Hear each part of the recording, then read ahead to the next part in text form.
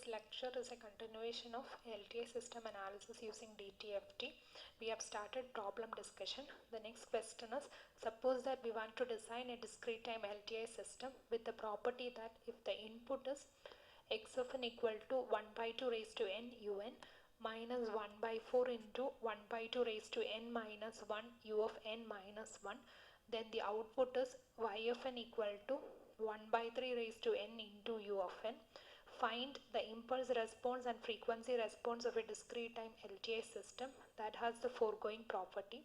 Find a difference equation relating x of n and y of n that characterizes the system.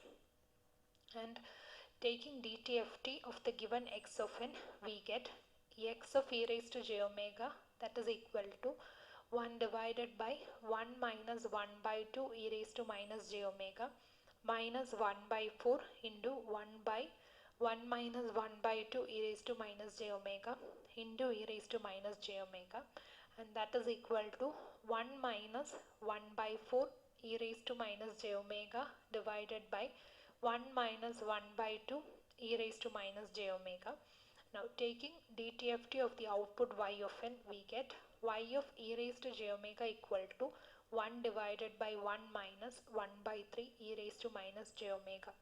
The frequency response of the system is given by h of e raised to j omega equal to y of e raised to j omega by x of e raised to j omega. And when we substitute the y and x terms, we get this expression, which is the frequency response of the system.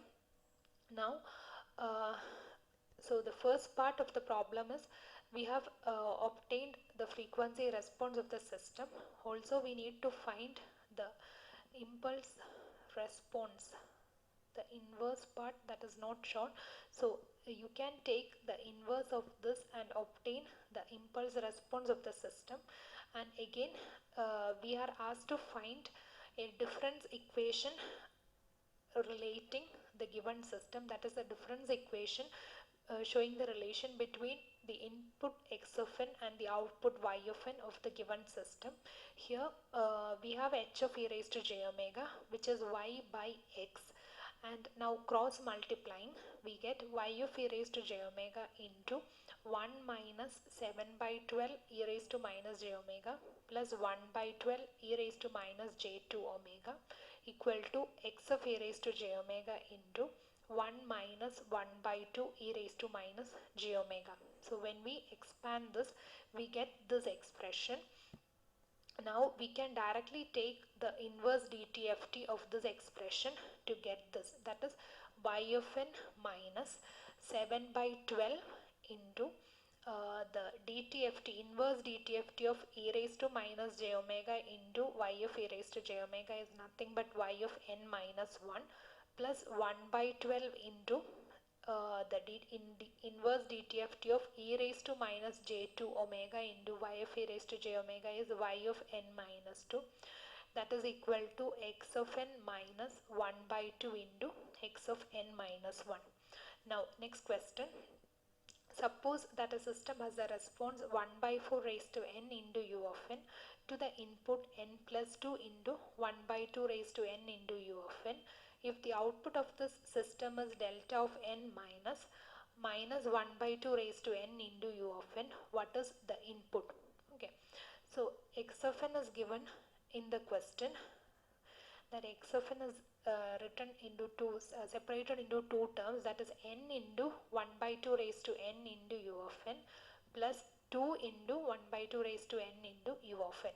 When we take DTFT of this equation, see the second term we can directly write the DTFT, which is 2 divided by 1 minus 1 by 2 e raised to minus j omega. The first term is of the form n into a function, and we know suppose x of n has DTFT x of e raised to j omega, then DTFT of n into x of n is j into d x of e raised to j omega by d omega. So when we do that, we get the first term, which is 1 by 2 e raised to minus j omega divided by 1 minus 1 by 2 e raised to minus j omega the whole square. So that is equal to this expression. Now the response of the system is given by y of n equal to 1 by 4 whole raised to n into u of n. Now taking dtft, y of e raised to j omega is 1 divided by 1 minus 1 by 4 e raised to minus j omega. So the frequency response of the system is h of e raised to j omega equal to y of e raised to j omega divided by x of e raised to j omega, and we get this expression for the frequency response. Now we need to find x of n when y of n is equal to this, that is delta of n minus 1 by 2 raised to n into u of n. So when we take the dtft of y of n, we get y of e raised to j omega, which is 1 minus 1 divided by 1 plus 1 by 2 e raised to minus j omega. Taking the LCM of these two terms and grouping, we get this expression. Now from this expression of the frequency response h, we know h is y by x, therefore x is y by h. So here we have y, and dividing by the frequency response, we get this expression. So x of e raised to j omega, on rearranging, we get in this form, and we need to find the input x of n. Therefore we have to take the inverse Fourier transform dtft of this x of e raised to j omega. We can do that by first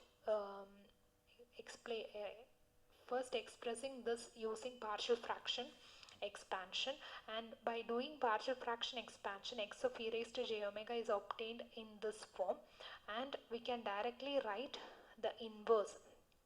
See, if we consider all the three terms are having multiplied with e raised to minus j omega, therefore that corresponds to time shifting by 1 unit. Therefore the inverse of the first term is 3 by 8 minus 1 by 2 whole raised to n minus 1 un minus 1, plus second term 3 by 8 into 1 by 2 raised to n minus 1 u of n minus 1, plus again if you consider the third term, in the denominator we have a square, therefore we are multiplying it with n. uh, that property n into x of n gives j into dx of omega by d omega. So using that we get this expression. Therefore this is the expression for x of n, the input to the system for the given output y of n. Next question, that is find the response of the system with impulse response h of n equal to 1 by 2 raised to n into un when the input is the complex exponential sequence x of n equal to a into e raised to j pi by 2 n, where n is lying between minus infinity and plus infinity. So in this question we are given the expression of h of n, the impulse response, and the input is a complex exponential sequence, and we know when the input is a complex exponential sequence, the output is h of e raised to j omega 0 into that x of n. Here see, the input is located at frequency omega 0 equal to pi by 2. So h of n is given, therefore taking its dtft we get h of e raised to j omega, which is 1 divided by 1 minus 1 by 2 e raised to minus j omega, and at omega equal to pi by 2, because this pi by 2 is the frequency at which the input complex exponential is existing. Therefore h of e raised to j pi by 2, that is in the equation of h of e raised to j omega, put omega as pi by 2. Therefore we get in this form 1 divided by 1 plus j into 1 by 2. We can separate the magnitude part and the phase angle. Therefore we know the response of the system to complex exponential is given by y of n equal to h of e raised to j omega 0 into x of n, and x of n is a into e raised to j pi by 2n. Therefore it is a into, in the place of h of e raised to j omega 0, this polar representation is substituted. Therefore y of n is a into 2 divided by root 5, and the angle part is e raised to j into pi by 2n minus 26.6 degree. Okay, next question. Determine the response of the system with impulse response h of n equal to 1 by 2 raised to n into u of n to the input signal x of n equal to 5 minus 5 sine pi by 2n plus 10 cos pi n, where n is lying between minus infinity and plus infinity, and h of n is given as 1 by 2 raised to n into u of n. Therefore, taking the DTFT, we get h of e raised to j omega as 1 divided by 1 minus 1 by 2 e raised to minus j omega.